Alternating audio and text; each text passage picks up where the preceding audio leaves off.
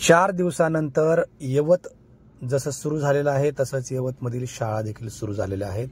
सकाळी 7 ते 11 वाजेपर्यंत या शाळा सुरू झालेल्या आहेत। हे आहे यवतमधील विद्याविकास मंदिर, त्याचबरोबर पुणे जिल्हा परिषदेची शाळा नंबर 1 आणि नंबर 2 या एकाच ठिकाणी सगळ्या शाळा आहेत।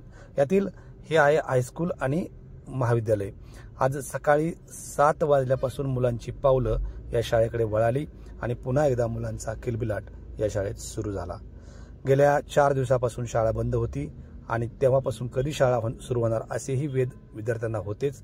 शिवाय पालकांनी देखील या निमित्तानं सुटकेचा निश्वास टाकलेला आहे की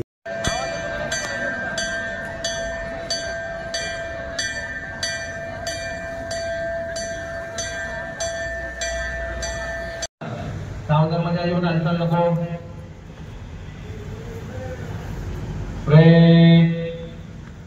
तुम्ही पण मोठ्या आवाजात बोलायचे। एक साथ राष्ट्रीय चोक्कर